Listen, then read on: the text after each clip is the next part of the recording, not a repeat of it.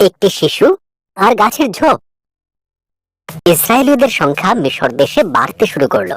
নতুন ফরৌন ভয় পেলেন যে ইসরায়েলীয়রা শক্তিশালী হয়ে উঠবে, তাই সে তাদেরকে দাসে পরিণত করলো এবং তাদের সাথে অত্যন্ত দুর্ব্যবহার করতে শুরু করলো। ফরৌন সমস্ত ইসরায়েলীয় বালকদের হত্যার আদেশ দিল। একজন স্ত্রীলোক তার শিশুকে ঝুড়িতে করে নদীর ধারে লুকিয়ে রেখেছিল। শিশুটির দিদি শিশুটিকে লক্ষ্য রাখছিল। ফরৌনের কন্যা সেই নদীতে স্নান করছিল। শিশুটিকে দেখতে পেয়ে নিজের কাছে রাখার সিদ্ধান্ত নিল। শিশুটির দিদি বাচ্চাটিকে দেখাশোনার জন্য তার মায়ের সাহায্য নিতে বলল। ফরৌনের কন্যা শিশুটির নাম দিল মোশি। মোশি বড় হতে লাগলো। একদিন সে দেখলো একজন মিশরীয় একজন ইসরায়েলীয়কে নির্মম ভাবে মারছে। মোশি সে মিশরীয় ব্যক্তিকে হত্যা করলো।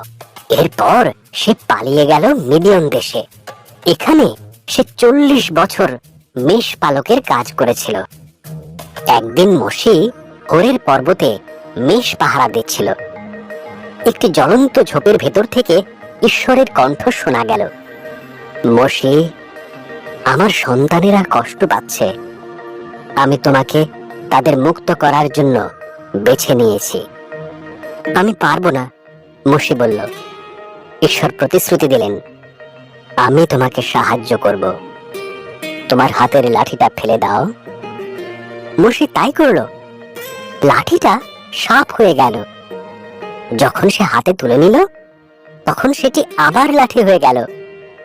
ঈশ্বর বললেন, তোমার হাত জামার ভেতরে রাখো। মোশি তাই করলো। সে দেখলো তার হাত ঘায়ে ভরে গেছে। যখন সে আবার এই কাজ করলো সে দেখলো ঘা সম্পূর্ণ সেরে গেছে। ঈশ্বর বললেন, ফরৌনকে এটা দেখাও। মোশি বলল, আমি ভালোভাবে কথা বলতে পারি না।